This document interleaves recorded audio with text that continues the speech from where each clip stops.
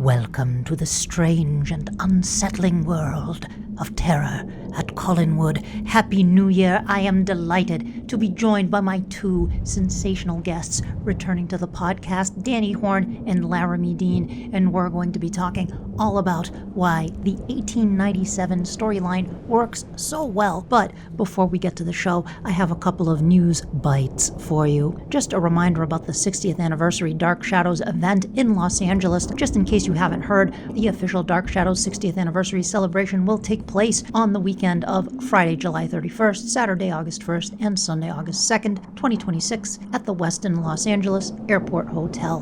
The event will include guest panels, presentations, and performances, autograph sessions, rare video screenings, memorabilia for sale, a charity auction, a luncheon with the Dark Shadows actors, a costume contest, and other activities to be announced. Special discounted hotel room rates are available now by using the dedicated link, which you can find right in the show notes for this episode. The special rate will be available from Tuesday, July 28th through Monday, August 3rd.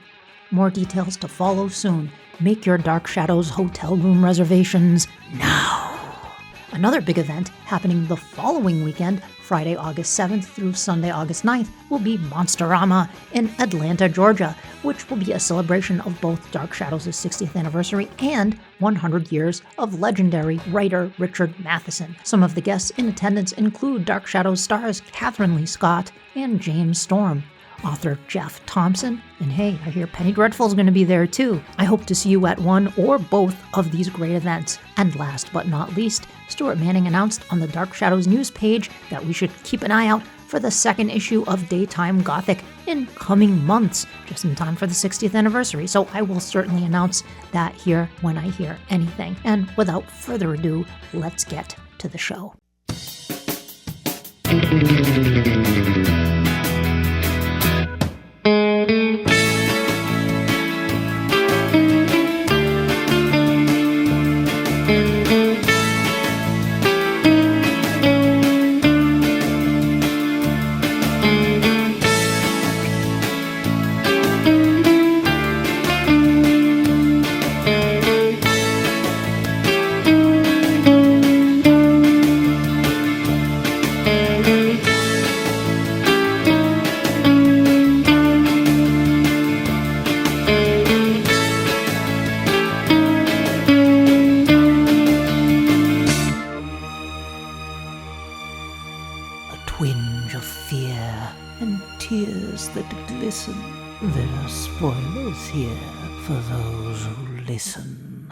Welcome to Terror at Collinwood. 'Tis I, Penny Dreadful, and I am delighted to welcome back to the podcast Danny Horn, the writer of the popular Dark Shadows Everyday blog, and Laramie Dean, author of plays such as The Gorgon Sisters, novels such as Black Forest, and his newest book, Haunt Me Then. Welcome, guys. It's so great to have you back on the show. Oh, thank you so much. It's really great to be here. Get to talk about Dark Shadows again. Yeah. Yay! What a pleasure. So it's been a little while since I've seen the two of you, but it's always wonderful to chat with you. Although we've chatted over email and Messenger since the last time I saw you. But Laramie, since the last time I saw you, you have this new book out, Haunt Me Then. Yeah. So very spooky looking, and congratulations. So tell us. Thanks. About Haunt Me Then. My elevator pitch is it's big gay Montana Wuthering Heights. Before we started recording, Danielle and I were talking about the genesis of it, and I had never seen the 1939 Wuthering Heights with Laurence Olivier and Merle Oberon, and I was scrolling mindlessly through Instagram one day, and the poster came up, and it's Laurence Olivier, and he's green. He's this beautiful shade of green, and he's looming over Merle Oberon, and I thought, well, I want to watch that. And I bought it, and I watched it, and as I was watching, I was like, oh my God, the windswept moors of England are just like the windswept plains of eastern Montana. And I thought, God, Heathcliff would be really cool if he were gay. And Laurence Olivier is so hot in that movie. I mean, if you've never seen it, everybody go out and I don't care how you feel at 1841 Parallel Time, go out and watch this movie.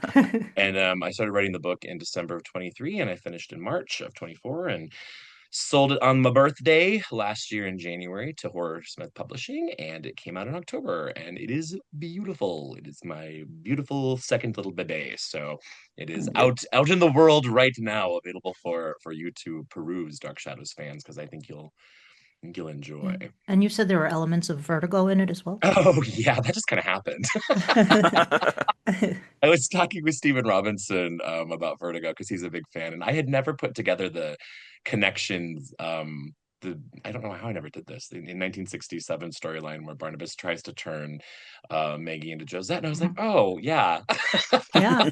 So it just kind of happened in this story, and I once it was happening, I sort of threw deliberate references to Vertigo. So if you're a Vertigo fan, if you're a Hitchcock fan, you can pick those out too. I think it's lots of fun. Very cool. And you were showing me earlier, before we started recording, some of the interiors. There are some really cool images in there that are really eerie looking that I like. That's pretty cool. There's some photographs. The Just sets the publisher mood for it. Yes, this particular publisher loves to have these cool. So like each chapter kind of starts with a picture, and it was just kind of one of my students here that I was like, oh, I saw your book and I looked at it and there's like these cool pictures, and I was like, yeah, I thought so. Very cool. And is it some more more reason to go pick one up. And so where can people get this book? Oh, anywhere fine books are sold. If you want to help out local bookstores in Missoula, Montana, you can order online from Fact and Fiction. But it's anywhere you want to get a book. It's there. Barnes and Noble, yeah. I'll put Barnes Noble. I'll put a link to the evil empire of Amazon. I was going to say that which shall not be named. Yeah. You can grab it there or at Barnes and Noble. Maybe I'll put the link to Barnes and Noble, and so let's support Barnes and Noble. Yeah. And Danny, Yes. you were telling me that you recently, I know you are also, in addition to Dark Shadows and superheroes, you are also very much associated with the Muppets, and you recently did something really cool involving Miss Piggy. So talk to us about that. I mean, I have kind of gone back to my original love, which was I'm kind of a big deal in the Muppet fan community because I created back in the 90s a zine called Muppet Zine. Which is like a physical thing, inspired actually by like the World of Dark Shadows and all the Dark Shadows zines. I was like, I want to make a zine too, and so I made one about the Muppets. And then as the internet started, I created a site called Tough Pigs, and then Muppet Wiki, which is like this big collaborative encyclopedia about the Muppets, which is I'm just going to plug everything. Muppet Wiki, it's 20 years. Coming really soon is our 20-year anniversary, which is incredible. And it's like 50,000 pages, and we're still working on it. And so recently I've been getting back involved with Tough Pigs and with the kind of Muppet fan networks. And I created a show called the Fantastic Miss Piggy Podcast, which is 11 episodes. It's available on the Tough Pigs Muppet Fan podcast feed, so that's how you'll find it, is Muppet Fan Podcast by Tough Pigs. And I just get really into my favorite fictional character who isn't Julia Hoffman. My second favorite, who I also think of as a myth poetic trickster figure. Miss Piggy, just like the thing that's amazing about her is that she created herself. As a fictional character, she kind of posited that like I'm a big star, I'm really glamorous, everybody loves me. And in the late 70s, early 80s, she actually like made that happen in the world, like from going from inside the television set to actually like being out in the world as a huge famous movie star. So I've just always been fascinated with her. And so I talk about a lot of her early stuff, and then I interview a bunch of people like her original designer, her costume designer, a writer who worked on some of her later appearances. So it's a lot of fun. Miss Piggy podcast is really great. Oh, well, I'll definitely link to that for sure. Yeah, Have you ever met Frank Oz? I have not. And actually, that's the other exciting thing that I'm going to be doing next week is not Frank Oz, but there's another podcast called 70 Years, 70 Muppets, which is a podcast celebrating 70 years of the Muppets with a different Muppet every week. That we talked about for 70 weeks, and we're about to come to the end of that. The last episode is going to be Miss Piggy, and that is going to be me interviewing Eric Jacobson, who's the guy who has been playing Miss Piggy for the last like 25 years. Oh wow, very cool. And I've never like talked to an actual Miss Piggy person. I'm so excited about it. Wow, that's great. Oh, Yeah. so cool. Awesome. I love that. And I not too long ago I was talking to a younger Dark Shadows fan, a Gen Z Dark Shadows fan. There's a whole group of Gen Z Dark Shadows fans that have a Discord and they participate Weird. in there. They're very active in Oh, that, really? and a lot of them know you as well from the Muppet fandom. They Oh, came, really? yeah, oh That's so yeah, funny. yeah. I was Yeah. talking one of the fans I was talking to was like, oh, I knew Danny Horn from the Muppets, and then I was reading his blog. I was like, oh, it's Danny Horn from the yeah, Yeah. yeah. I knew him from his letter from the World of Dark Shadows in 1985. Yes. Daniel, Daniel Horn. Yes, Daniel, yeah. whoever he is.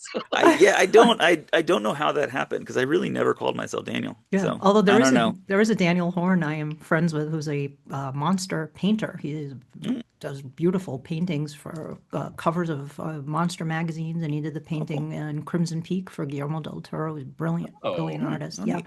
Yeah, his name is Daniel Horn. Um, when you were on the podcast last, Danny, after we finished, I realized we're talking about superheroes and which superhero would cross over well with Dark Shadows. And as soon as I hung up, I was like, how did I not think of Doctor Strange? I was like, Oh, Doctor Strange. Yeah. Doctor Strange, of course, it would have to be Dark. And they even dropped a reference to him in one of the Gold Key comics with the Eye of Agamotto. It's like, Right. oh, it has to be Doctor Strange. Anyway, so speaking of Dark Shadows, which we're Hmm. here to talk about, one of the topics that I've been wanting to circle back to was 1897. I did an episode on 1897 quite a while back with Joe Escobar when I did my storyline discussions as I went through each storyline. And 1897 is one I wanted to come back to because it's arguably the show's most popular storyline. It certainly was at Hmm. the time, ratings wise, and it works so well. So the topic for this episode is why 1897 works. And I wanted to talk to you guys about some of the components of that storyline and why we think it works so well. I know, Danny, in your blog, you've written quite eloquently about it and how really quite good that storyline was. And Hmm. I think one of the factors, of course, was the writing team behind it at that point was, we had Violet Wells, Sam Hall, and Gordon Russell firing on all cylinders and The working dream well team. together. Yeah. So yeah, definitely like the dream team. Those three I think were just fantastic. I think that's certainly one of the factors involved, but also the cast. We had Barnabas as a vampire again. We had Hmm. Quentin, who was fascinating as a ghost, but he was even better when we met him when he was alive, and he was, a cad and a scoundrel, and then Gorgeous and yeah. yes, and gorgeous, And yes, gorgeous oh yes, and and hot, yeah, insane and and yeah. insane, and we had Angelique come back too, and the best Angelique, the best of yes. all the Oh, Hmm. yeah. And princesses. it's like Angelique is sort of almost anti-hero Angelique almost going Mhm. on here. So we had some really fun stuff. Magda, we had Hmm. Magda, and then we had Julia too, Count Pato. I mean, so much fun stuff. Laura Collins comes back. So I want to talk to you guys about some of that. So I don't know. I guess just starting off with Laramie, like what are your kind of overall thoughts on 1897? What are some things that you think makes that storyline work so well and why it's so popular with the fan community? I mean, there's even a whole Facebook group that's specifically devoted to Oh, isn't that too? 1897. Yeah. Of course there is. Of Yeah. course there is.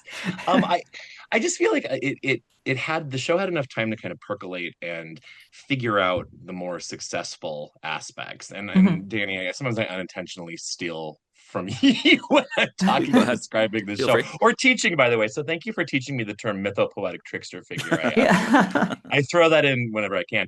I think they figured out what people wanted, and I think by this point the fandom was so focused, right? It was kids and teenagers, and they were highly focused on this, and then they Curtis and company had their attention, and they had David Selby. Danny, what's the David Selby rule? What, that everybody wants to have sex with David Selby? Oh, Yes. well, sorry, the Quentin rule. The Quentin. Yes. That Yes, everyone wants to have sex. everyone wants to have Yes, sex with Quentin. Yes. yes, everyone wants to have sex That with is the Quentin. most Yes, important thing about Quentin. yes, it's true. I don't care who you are, it's true. So you've got David Selby, and he's talking, and you've got and really it was the second time that they had done this flashback, and I think they had better time to sort of figure out what to do, while at the same time kind of throwing anything that they wanted to throw. Oh, let's have a zombie. Oh, let's bring back Diana Malay. That sounds like a great idea. Let's have Laura the Phoenix. Yeah. Lara Parker, sporadically, like every 5 weeks, we'll have Laura Parker come back. So I feel like and it's the monster mash, right? Especially the first half of it, where you can feel that there's an ending about to happen. It's building up to about episode 790, I think, is around the time that it seems like it should stop. And then they're like, oh wait, We really like this. Yes, yes. Yeah. And but another thing, Danny, I love about your blog too, is how you figured out that they don't have a plan. The writers didn't have a plan. There's no plan. There's maybe going back and saying, oh, okay, so we used the name Blair at some point. Someone actually remembers that. If we're gonna have give Cassandra a brother, let's call him Nicholas Blair. Not like 6 weeks before or 2 months before they were like, ooh, we should throw the name Blair in because this is going to happen. So they didn't have a chance to plan things, and I feel like that energy really permeates the storyline and allows people to be excited about it too, before it kind of goes on for a little too long and then kind of writes itself again. There's a spontaneity to Yes, that. spontaneity. Yeah. Yes, Yeah. I think. Yeah. And all the monsters, like every monster you could possibly think of, they're like, hey, let's do that. Yeah, absolutely. A lot of fun. Danny, what about you? What are kind of overall thoughts about why you think 1897 is such a fun and compelling storyline? I think that, kind of like Laramie said, like the show at that point, that storyline is just overstuffed with so many things. With, like, there's Quentin becomes a zombie, and they do Nicholas Nickleby, and they do like, they bring Trask in, they bring like Rachel in, they're doing Jane Eyre again, they're doing like every reference they can think of, every story they can think of, just gets packed into this one tale, and all of it, like, they are always just kind of like making it up as they go along, and it was just the moment where everything they could do actually like fit together and they figured stuff out. One of my favorite things that I'm pretty sure they just figured out, like as it was happening, was making Jenny into Magda's sister. Yeah. Which like clearly was not a plan because they look nothing alike. Like there's nothing that connects them at all. Those redheaded gypsies, true. come on. It makes no sense. But From it's Boston. But like having that insight that like, oh, if we make them sister, then that propels the werewolf curse, and then and then later, and I'm sure also not planned, like that it involves Jenny's kids, that all of that stuff, it was just like they kept, like, they're always on Dark Shadows, they're always just kind of like falling downstairs every day to make a show, and they just kept making like good decision after good decision, good storyline decision, like keeping the fun stuff right up front, keeping the characters that people like right up front, and then just like constantly moving. It really was Dark Shadows at its best. Yeah, agreed. I mean, and I love 1795 too, and that's there's debate sometimes. The introduction of Barnabas storyline, 1795, 1897, which is the best storyline, and they all have their pros and cons, I think, to all of them. And I mean, any of those you could argue is, especially 1795 is such a tragedy. It's such a great storyline too. But 1897 is real. It's just fun. It keeps you on the edge of your seat, and one thing I really love about it too is, and just about Dark Shadows in general. I was talking to a friend, and this is something I want to kind of bring up in the coming year and talk a bit about, is Dark Shadows as escapism. 1897 really, I think, really captures that sense of fun. Like, no matter how crazy or dark or weird Dark Shadows got, it was always still fun. It was, you just could escape into it. And 1897 was so colorful and so crazy that you could get lost in it because there was always so much going on. There were so many layers, so many storylines going on, and the characters were so compelling and colorful. And it was funny too. There were funny characters, and it was, generally the goings on at Collinwood were rather somber, and but there were also funny things happen. Characters like Carl or Pansy or Quentin. Quentin was sarcastic and funny, or Magda and Sandor. And even Count Patoffy, when they bring in like this crazy old wizard Yes, He's very funny too. He's he very kind is. of like sarcastic and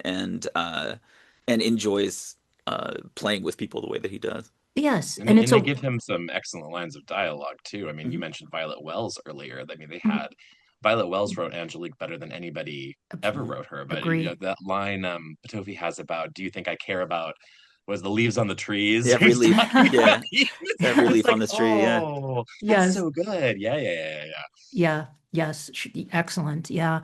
Um, but I think there was a sort of but it was never at the expense of the drama. I felt like Mm-mm. it was that humor was there, but it was never at the expense of the drama in the show. And I don't know, it just kind of I guess what about some of the characters in 1897 that worked well for you? And were there any that you felt maybe didn't work as well? Well, I know I said this before, but Angelique starts out, and she's my favorite character. If you listen to me on this blog or this podcast, the last time I talked at length about my obsession with Angelique and why.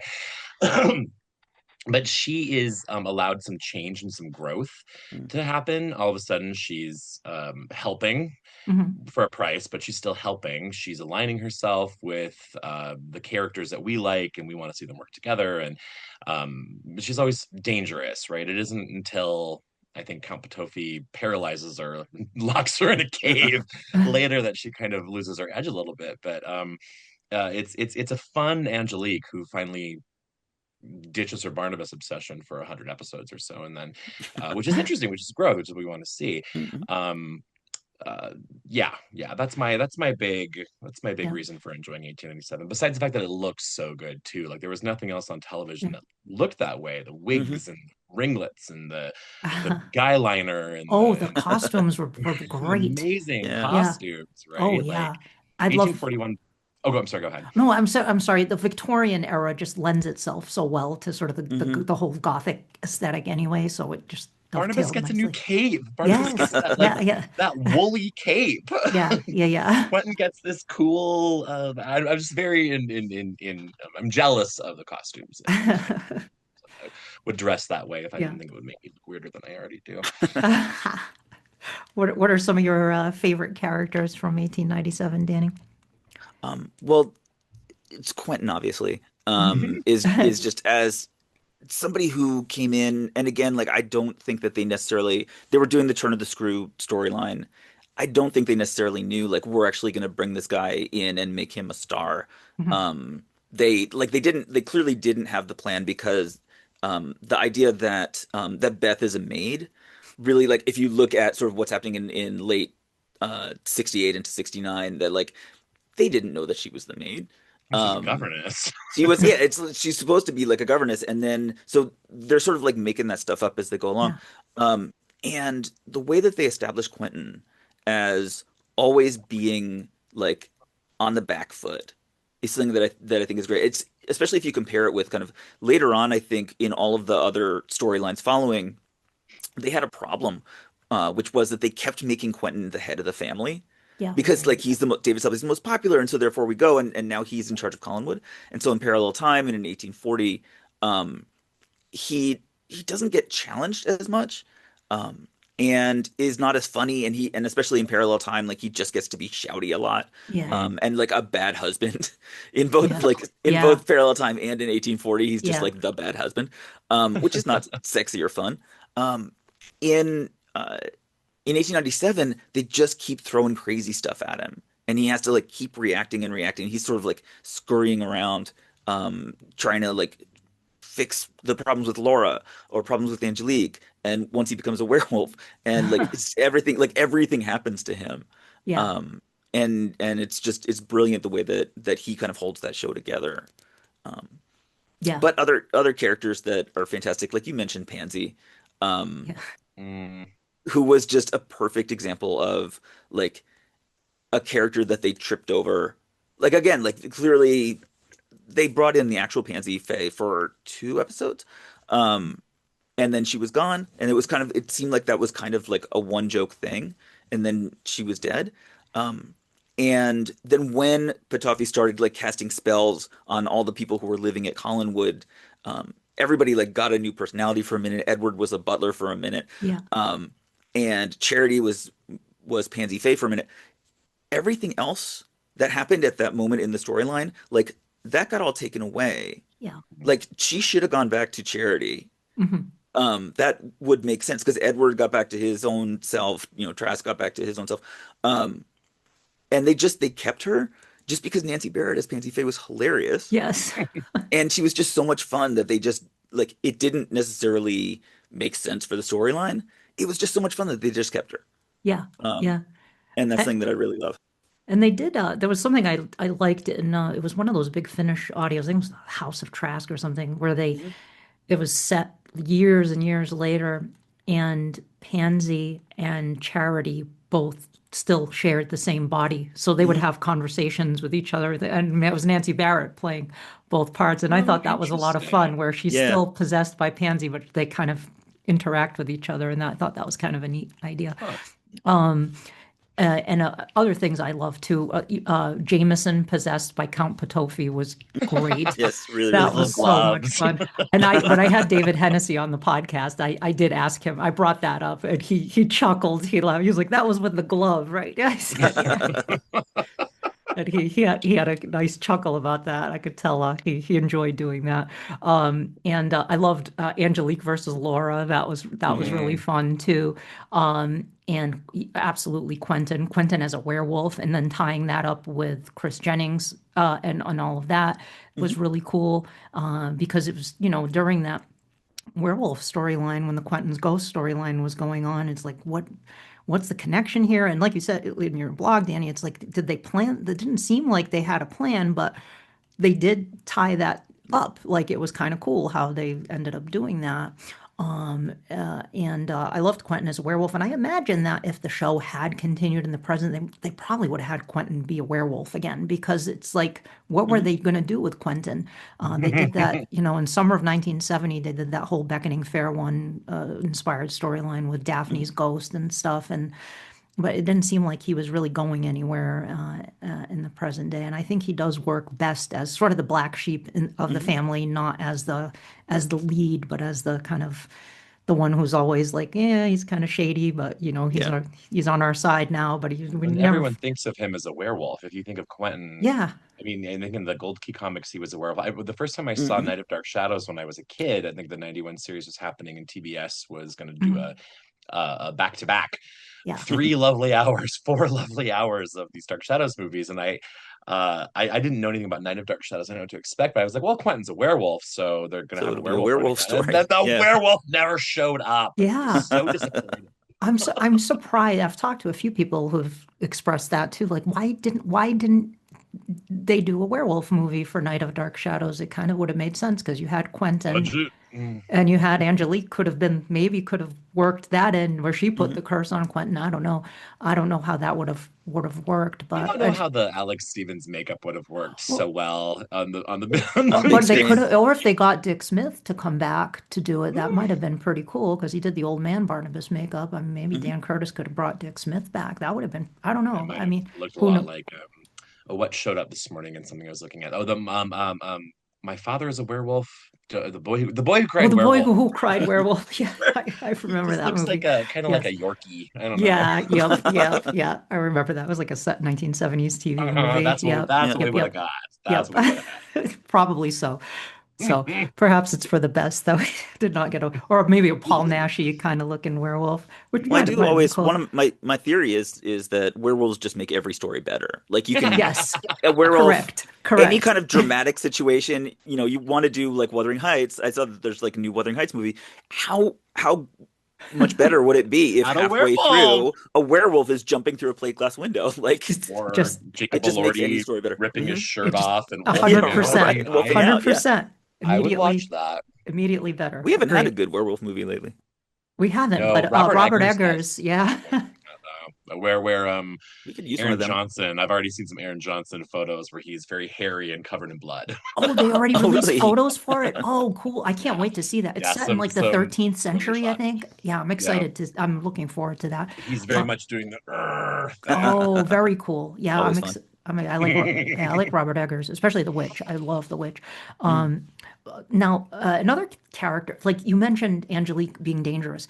Barnabas is dangerous again in 1897. I feel like, when Barnabas, after the Adam experiment, and Barnabas becomes human again, and he does kind of lose his edge, but when he's a vampire again, and I think a lot of fans, and we talked a little bit about this over email, like one of the options for this episode, the other option for this episode was doing a character analysis of Barnabas Collins, which that could be a whole podcast series doing a character analysis of Barnabas Collins. But that's something I did want to kind of get into a little bit here. And Danny, in your blog, I really like your take on Barnabas Collins, because I think some fans, I think, kind of sometimes look through rose-tinted glasses at Barnabas, because when Barnabas, I love Barnabas. He's my favorite character. Love Barnabas Collins, and but he's a dumpster fire. He's Barnabas. I mean, he's more entertaining when he's a dumpster fire. He's more entertaining when he doesn't make a single good decision. No. In all of Dark Shadows, I don't think you could find one. Everything he does, and going back to when the first time. Not the first time that we see him, but like the earliest that we see him, the youngest that we see him, making love to Angelique at the same time that he's supposed to be in love with Josette. First crack out of the box, he was an idiot. Deserved everything he got. And then especially once he becomes a vampire, like his first response to any problem is, let's go and kill somebody. Yes. Like, let's kill the guy. He has the highest body count in all of Dark Shadows. He has murdered more people. He tries to bite Quentin. Like when Quentin finds him in the mausoleum. Oh, yeah. Like, I know now. I understand. Barnabas was like, nah. You can look upon me without fear. That's his instinct. Do that? Yeah. That is, it's his first thought in any... Yeah, if he's having problems like at the dry cleaners, like getting his cape back, like he's just going to kill somebody. Well, and that's whatever situation he's in. He becomes the protagonist of the show. He becomes the lead character in the show. But I think it's too simplistic when you say, well, Barnabas starts out as being evil, but then he becomes the hero. He becomes the hero. He doesn't become good. That's the thing that bothers me. Is when people say that he became good. No, exactly. Yeah, no, he still kills people and strangles people and does all that stuff when he's human. He kills Collins. Yeah, he kills Collins. He kills so many people. And what I think is sort of weird when people, like, I understand kind of the pull towards that romantic kind of romanticization of the character, but like being good is not a recipe for success on Dark Shadows as a character. Nope.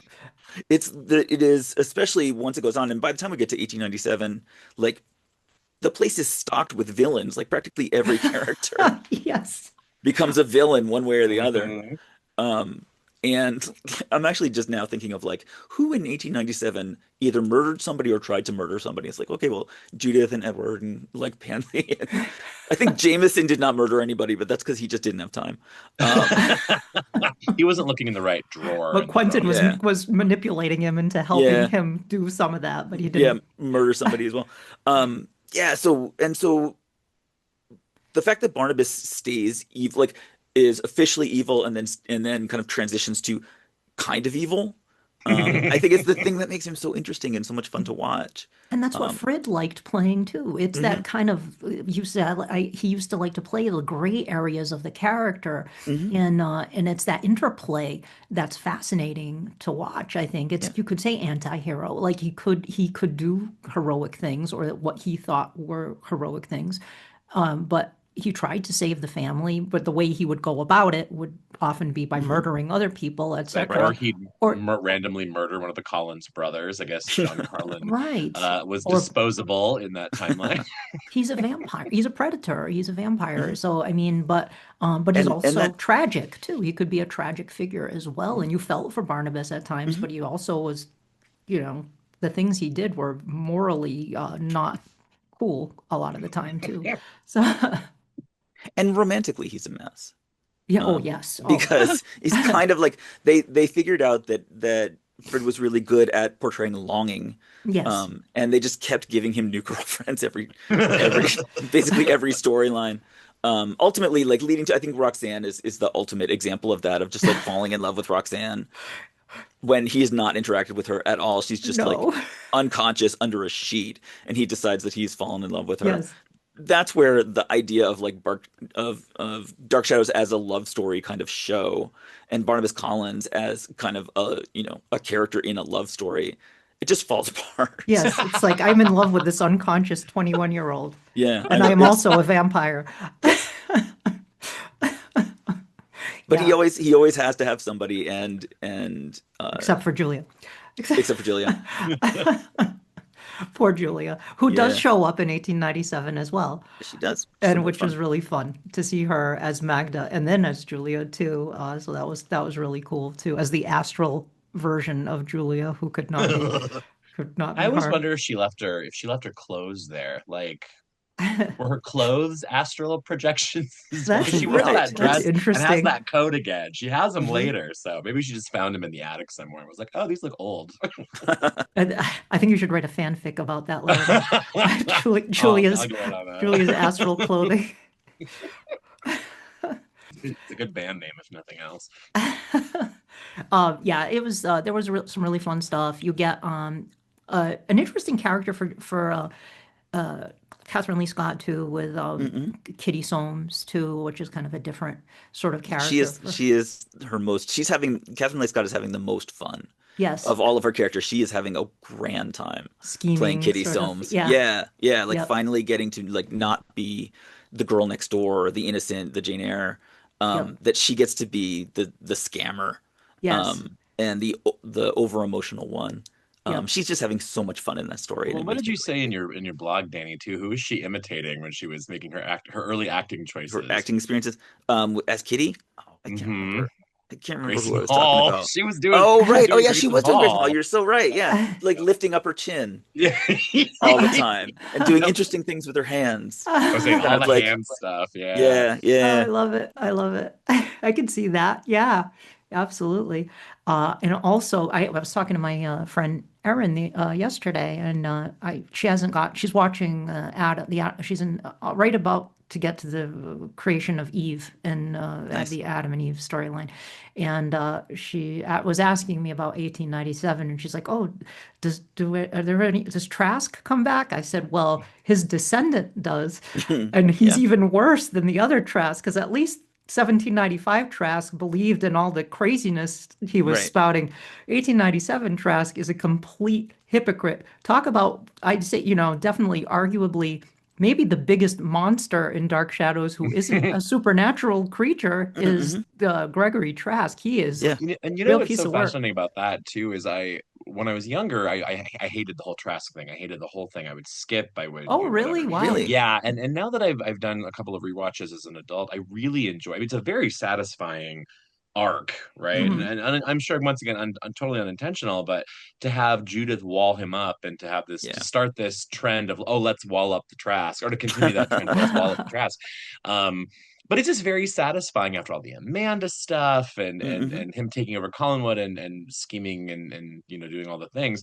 It's very satisfying to watch Judith come back to time Yes, Yes. Joan Bennett's she was return to great. the show with tying up this storyline and walling Trask up in Quentin's room, Hmm. Yeah, which I just feel is yeah, and Jerry Lacey. I'm also a theater teacher, so I really enjoy the theatrical aspects of Dark Shadows, like how they would put the oil on the camera to yeah. melt Laura's Mm. face. I just thought that was the coolest thing when I was 18. But poor Jerry Lacey having every day to put on the mutton Oh, chops yeah. and Yeah. the Widow's Peak, and I mean, oh my God, for 9 months. I thought about that when I That's watched a the lot. storyline this summer, and I was like, yeah, I was like, ooh, ooh. Big time. Yeah, for sure. Yeah, yeah, you're right. I'm glad you brought up Judith. I loved Judith.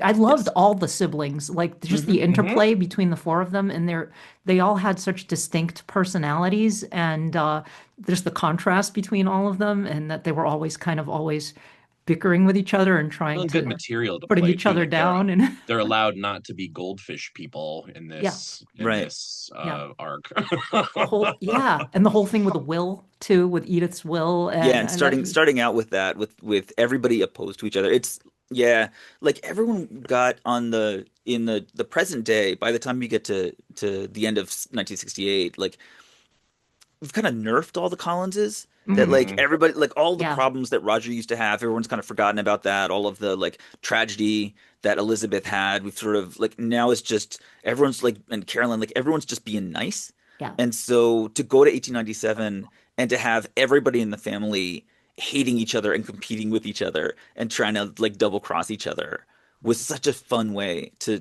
bring us into that storyline. It really was. Just interesting dynamics between those characters. John Carlin, such a different character from Willie Loomis. Like, Yeah. I remember the first time I saw Carl Collins, I said, "What the hell?" It was just such a completely different, but so much fun. Like, Mhm. everybody seemed to be just really having fun. Grayson Hall was, I mean, she said that was her favorite character to play in the show, but because she was clearly having a good time Mhm. playing the character of Magda, but it was still real. Like it just like there was a sweetness in the Mhm. relationship she had with Sandor. Like they genuinely loved each other. Like The only happy couple on all of Dark Shadows. right? Yes, Yeah. right. It's like that is literally true. I True. don't believe there's Hmm. another there's no they don't do love stories on No. Dark Shadows really. And so yeah, that is the one happy couple is Magda and Sandor. And so obviously they have to it has to go tragic. Yeah. Yeah. He has to So get knifed in it's the because there back. are no happy Yeah. endings on Dark Shadows either. Yep. It's very Yeah. rare when you get a happy ending on Dark Shadows. Um, and then later on, you get the great, Count Patofi and Aristide, which Hmm. is so much fun too. I mean, Yeah. just the craziness of that, and that Violet Wells just, coming up with just throwing that into a script and then them deciding, let's do this. Hey, Hmm. let's go with that and bring Count Patofi in. And it Oh, and the definitely, like not even coded queerness. I mean, Hmm. the oh yeah, relationship between Aristide and Batofi is like it is. I mean, he's his little rent boy, and they're Yeah. they're pretty they're pretty forward about that, especially for 1969. Yeah. yeah, it's true. Yeah, yeah. And I And loved all of that whole storyline was so much fun. And Patofi is so theatrical. Like it's a thing that I like when Dark Shadows does it of just not trying to be realistic, but like just straight up saying, yes, we are on a stage and this is the thing that we're Yeah. doing. And one of the best examples for me is when they're doing back acting, when like Count Patofi is when they're Yes. down in his like basement lair and he's just like looking forward at the camera and saying his crazy things and Aristide is behind him and they're supposed to be having like that's back acting. It's like supposed to be having a conversation with your back turned. And it's the best example because like in that basement lair, he's looking at a brick wall. Like he's not even looking out the window. He's Yeah. just so you Yeah. get this idea that like Petofi, like if this was a real place, Petofi would be standing like right up against the wall and making Yeah. these crazy speeches. And so the only way that the images make sense to us is that this is a stage and that we are the audience and we are Yeah. sort of invited into that. And that's Yeah. just something that I love. It's fantastic. Yeah. Petofi Great. was perfect at that. He Well, not that was. I ever want to go back to school again, but if I were to do another dissertation, I would this time. I wish I'd thought about this 15 years ago, but I would 20 years ago. I would do it on the theatrical connections, and a lot of this, Danny, comes from your blog. The Hmm. theatrical connections that exist between Dark Shadows and what was happening in the New York theater scene Right. at the time. I mean, and look at Donna McKechnie is in Wicked Mhm. currently. Like she's Hmm. she's still doing the Yes. professional gig. I just think it's really really fascinating how theatrical a show it Hmm. is. Like it's live theater Hmm. um every day. Like here's a one act play you guys get to do every single day. It doesn't even need Yeah. regular television. And And they're doing like lighting effects that are clearly like not every other soap opera when you think about it as a soap opera every other soap opera there's people are sitting around in living rooms and having yeah. conversations Yep. and they don't have any kind of like way of jazzing that up any way of like making that visually interesting and Dark Shadows just said like that is not the kind of show that we are. It was never the kind of show that they are. We're not going to be like just standing around in the drawing room having like sitting and having conversations. um and and like going big and going theatrical was kind of the way Yeah. um that they uh made that show. It just made the show like unique as a soap opera, especially, and then also unique as a show, like basically doing it as like televised live theater. Yes, absolutely. Yeah. Even when they Um, had the budget, that's what always gets me is they had the budget. They were making money. People were Mhm. watching the show, and yet you still say, "All right, Laura Parker, go stand in the corner in the shadows, and we'll put a light Yes, on we'll you. put a light. We'll yeah. put a green light on you Yeah. when you materialize." Yeah. Like, I mean, over at Bewitched, they had special effects, and I mean, and it was the same station, the same time period. I just think it's really, really Mhm. interesting that Dark Shadows never went beyond its fairly not having a lot of money roots. Mhm. Yeah, I mean, but they did so. I mean, really, I mean, at the time, it was groundbreaking, especially for daytime television. I mean, they were Mhm. doing stuff that nobody else was doing, as you guys know. I That mean, like, nobody would. mm, It, that nobody. It would never even occur to anybody to do those right. things on daytime Yes, television. totally. Yeah, exactly. Yeah. I love, I mean, the whole idea of Potofi wanting to go to the future and then looking, in that cabinet and looking, and I mean, but And it never works. It's never no, right. no, no. It's But never correct. but they tried. And and I wish he had. It's like that's one of the kind of the unrealized things. I'm surprised they never did was bring Count Potofi into the future Hmm.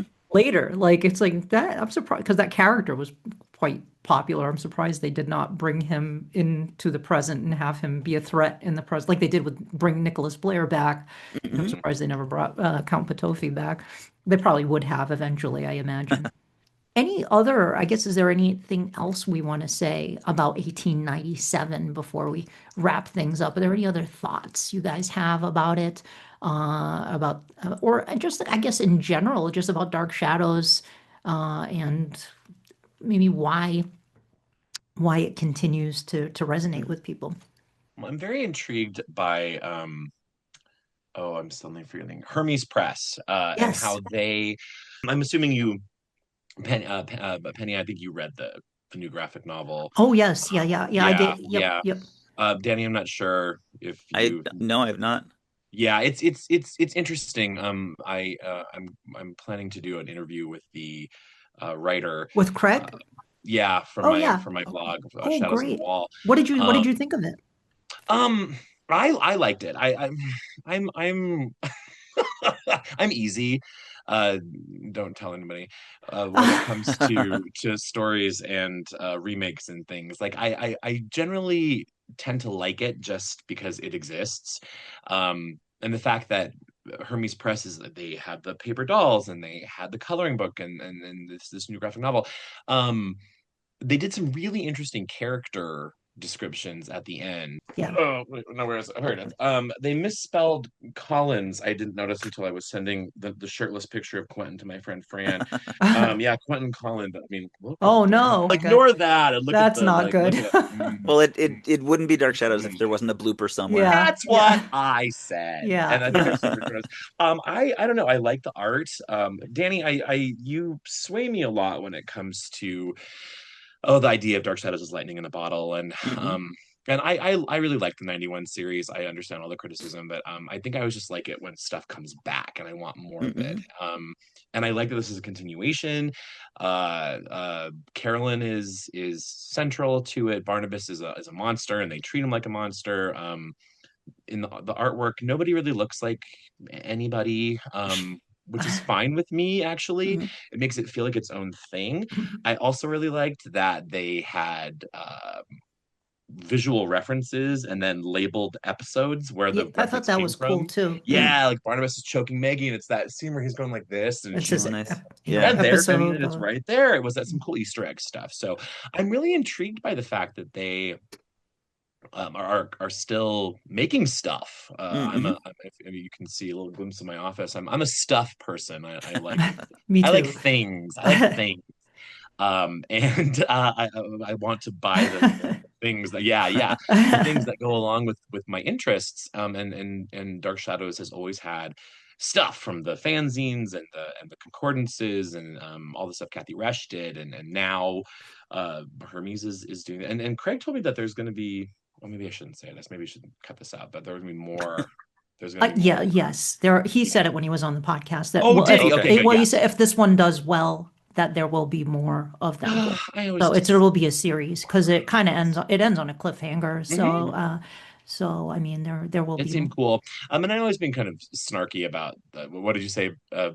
Gen Z, Gen Z fans or Gen something. Z. I Yeah. was like, of course, of course. But I know I think that during the pandemic, I know a lot of younger people discovered the show because it's there in its entirety on Yeah. Tubi and Amazon. Mhm.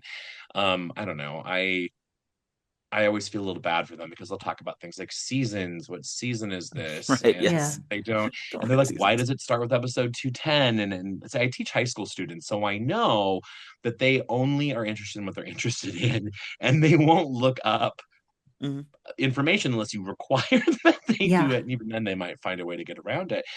But I always want to be like, oh, you guys, you have to understand, like, that's why these are the mistakes, and that's why it's episode 210, and that's why it's 994 995 996, and it's what episode? Like, this is Right. all this is all the Yeah, crazy reasons why that it's not normal television. But they're discovering it. Like, I mean, I got into Dark Shadows in the 80s, and my mom and her friend were in the 60s, and so I feel like it's Mhm. one of those things that it can continue to repeat, and the artifacts are there, and the stuff is there, and there's ways to grab on and hold on to the show and pull yourself into it, if that makes any Mhm. kind of sense Mhm.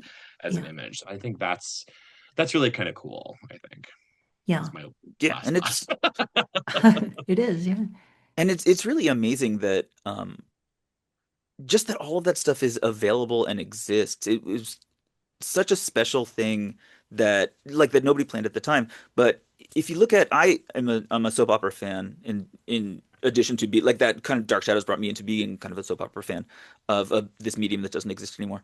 Um, and but there are some great, really well remembered uh, soap operas like General Hospital or All My Children, Guiding Light, where like I think people might be interested if they were able to see here's what was happening in the 80s on General Hospital, but no one is making that available to us at all. Like you can't watch anything like even a little bit of any soap opera, any daytime soap opera like that Yeah, because there's too many episodes right. and people want to they have now the way that people watch streaming is to binge stuff and to start at episode one At the and keep going beginning. on.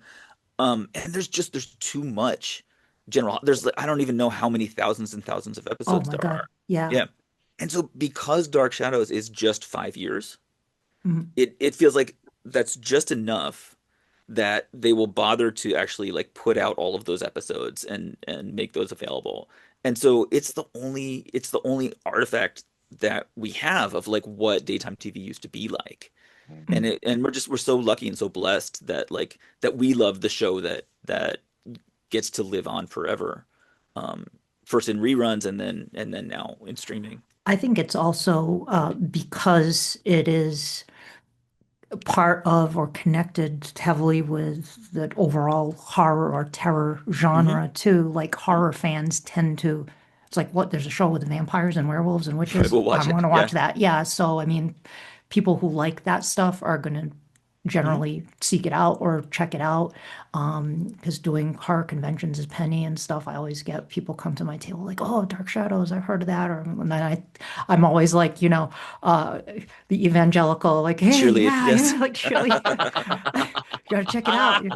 One con asked me to do a Dark Shadows 101 panel just to introduce well, after I started the podcast, so I did like a panel for it, and somebody who went to that panel tagged me on Facebook. They bought the coffin set. I was like, Oh yes, my mission gosh. accomplished. Yes. So yeah. But yeah, it's and I think but as for like here's something and I know Danny, you're not big into this idea, and I'm curious to hear what you guys think. Like a new Dark Shadows. Like, do you think that is there any way it could work? Like a new like a continuation of Dark Shadows?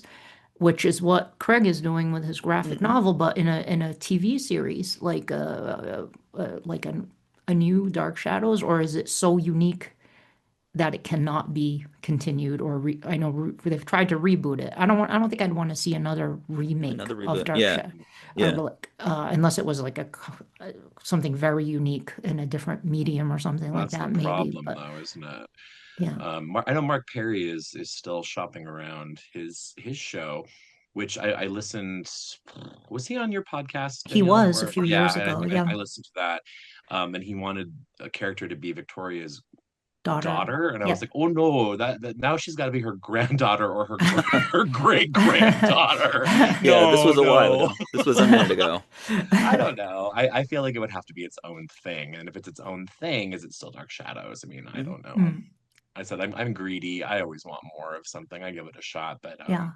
I think Danny, you've said before that what people really want is Dark Shadows, and it already Yes, exists. right. Yeah, the thing that exists. Yeah, and on the blog, I look at all of that stuff. I look at like the House of Dark Shadows and then Dark Shadows and the 1991 series and the what was it 2004 Mhm. Crazy WB Oh pilot, yeah, yeah. as well as like the tie-in books and the comics and the audio, um, to find out kind of like what is the Dark Shadowsiness that can continue on afterwards. And like the comic books, actually, I think were probably I think the comic books was like that ran the longest It after did. the show Yeah. was over. The Yes. comic book kind of won, like that crazy, insane comic book Yeah. kind of won uh for being the true heir of Dark Shadows. Um, I think it has always been a problem when we try to start over, like the 1991, and then what they were doing again for the WB show. They were going to basically do this again. Um, we want people as fans, like we want to see stuff that is like this. Like we basically want to see the show, but like a modern audience can discover the stuff that we discovered. Mhm. Mhm. Um, and so we like the idea of like going back to Vicky and the Collins family, and like and then Barnabas comes in. Um, and I don't think that creative people who make these shows really want to like follow a script, follow like especially this long storyline of like we are gonna start in present day, and then we're gonna go back to 1795, and then once we come back from that, there's a Frankenstein story. Like creative folks want to just create new stuff rather than like trying to rehash old storylines. Mhm. And so whatever folks make, it's gonna be its own thing. Yeah. It's not really going to be Dark Shadows. Yep. And I do think that it was such a special moment, like that only could exist in that moment. So like I talk a lot, and I've talked a lot today about how they were making it up as they go along, how it was just sort of like this terrifying thing. Um, and I don't when I talk about that, like when I say like there clearly isn't a plan, because here, like before 1897, they mention like there's a note that they read where they mention the name Oscar You must and intercede with Oscar. Yeah. must intercede with Oscar, and there's like a whole storyline that it implies that was not at all the storyline that they actually ended up doing like not very long later. Yeah. Um, so, but I think like it's not that the people think that the writers must be brilliant, and like and the brilliance of it would be to actually plan like finding Quentin's skeleton in 1968, and then walling up Trask at the end, like that was a plan that stretched over like 9, 10 months. I think the brilliant thing is the fact that they did it in the moment. That when they come to these things, when they figure things out, when they have these like brilliant insights, and that happens especially in 1897 over and over, they just make really like fun, Mhm. interesting decisions. That's the brilliance of it, is how sort of like in the moment they are. Yeah. That's the spontaneity, that's the crazy feeling of it. And I think like Dan Curtis wanted to feel that again, wanted to like have that moment, um, which is why he created the 1991 series. But it didn't have that spirit, because they were not just following their own plan, but they were actually following like a blueprint from the past. Right. Right. Um, that Yeah. what we really want, what we love in Dark Shadows is just like making a mess of things, and then you Mhm. keep going on. Sure. And so And I like the audios that have been made, and I really uh, like I've liked like comics that they've made where we're sort of like continuing on. I think that is always fun and interesting, and that makes sense. But going back and trying to reboot, I think is always going to be a problem. Right. Um, you called out Dan Curtis, and one thing that Dan Curtis, as you always mention on your blog, he was the de facto head writer on the show in the sense that he was kind of the idea guy. He'd come in and say, "Hey, we're going to do Turn of the Screw," or you find a way to do Frankenstein in the show, or Mhm. whatever it is. But he was a fan of that stuff when he was a kid, so he Mhm. would, come in with these stories and give them to the writers, and they'd have these crazy long writers meetings that would last hours and hours that, drove Ron Sproat to madness at one point. It's just like, I mean, just crazy long writers meetings. But he was in the sense was that driving force. But when he did the Mhm. 91 series, like you said, he was kind of repeating what he had already done instead of bringing in. And that's one thing that Craig is doing with the graphic novels is Craig is also a big fan of the Gothic literature, and he's using Mhm. stories, which a lot of the Big Finish didn't really do that as much, although I enjoyed quite a few of them. But Craig is like, well, I'm going to use The Haunting of Hill House as the basis for Mhm. this, and there are Mhm. Hill House vibes in that first graphic novel. And he's in the one he's writing now. He's using Wilkie Collins' story as the basis, and along Awesome. with a couple other things. So I like that because that's part of the DNA of Dark Shadows. That's what Dark Mhm. Shadows did throughout its entire run. As what did you call? I forgot what you called it in your blog, Danny. Not literary Narrative collisions, narrative narrative collisions. collisions. Yeah. Yes, narrative collisions. And I think that's kind of, if you're going to do Dark Shadows, I think that's part of what you want to do is Yeah. pull Yeah, from that makes sense. the classics, literature and film, and weave that into a new show. I think if you're going to do a continuation of Dark Shadows, that would probably be the way to go, like the Collins family today and what's Mhm. going on now. But I don't know. I know you're a big Doctor Who fan too. I don't know if you are, Laramie, Mhm. but I know Danny Love is. Doctor Who. Mhm. And I felt like that worked for Doctor Who, like the Yeah, new that was Doctor the Who. thing. Yeah, that was Yeah. the decision that they made for Doctor Who, which I think was brilliant. Was, Mm. it had been off the air for what was it, like 25 years. And they decided when they brought it back that it wasn't a reboot, that they were just going to continue on with a new Doctor and a new companion. They still like make references back to all of the old stuff, so it's still like that it's Yeah. still the same show. This is the ninth Doctor now. Um, and that allowed them then to go off into time and space and to do absolutely anything that they wanted to do. Yeah. And that's great. And I think, Hmm. and then, but new fans that come into it Hmm. might be interested in be like, oh, It I is. want to look at this and see what happened before, kind of Yeah, thing. absolutely.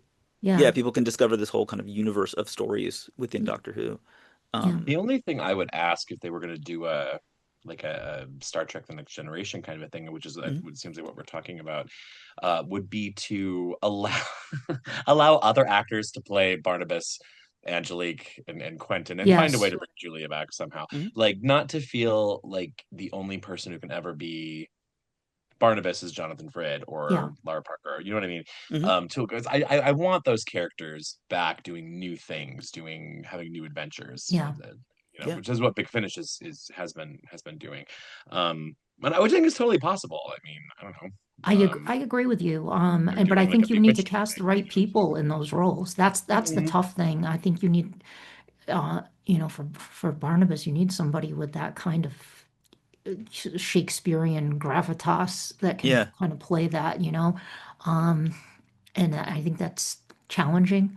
And I don't necessarily, I'm not saying this to be mean, but Barnabas Jonathan Frid he said it himself. He said, I went to the audition and I was surrounded by all these cadaverous looking actors. And as it turned out, I out cadavered them all. And Barnabas looked like a vampire. He kind of looked a bit Yeah, he did. cadaverous. And Yeah. I don't think you necessarily need like a super, like Ben Cross was kind of hot looking. Like he Hmm. was, You sure got to see up inside his nose a lot. well, yeah, that's true. Yeah. That's, the angle was always, All those angles. Yeah. but Nasal he, cam. yeah, yeah, but well, he was like he had Jonathan Frid had a very distinct look. I don't know. Does Hmm. he have to?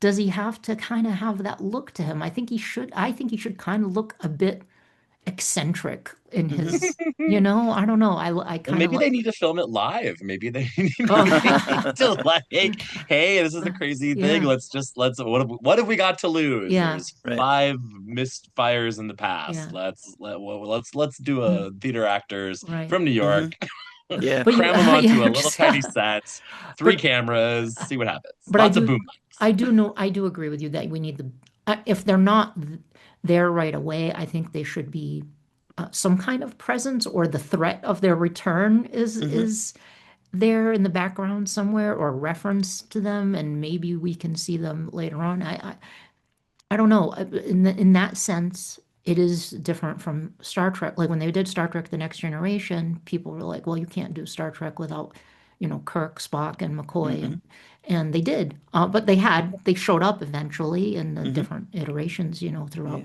But they were not at the core of it. Right. Does I that apply think to Dark Shadows? I don't know.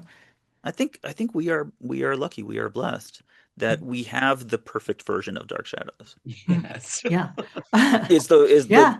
one that they made. Like we have the perfect Barnabas, we have the perfect Julia, and the perfect Yeah. Quentin and Angelique. Yeah.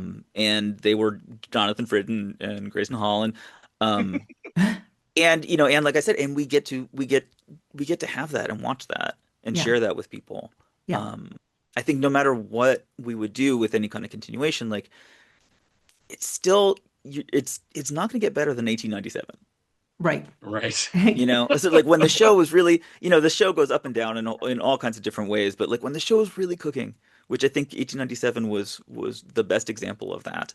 Mhm. This is the best version that we need.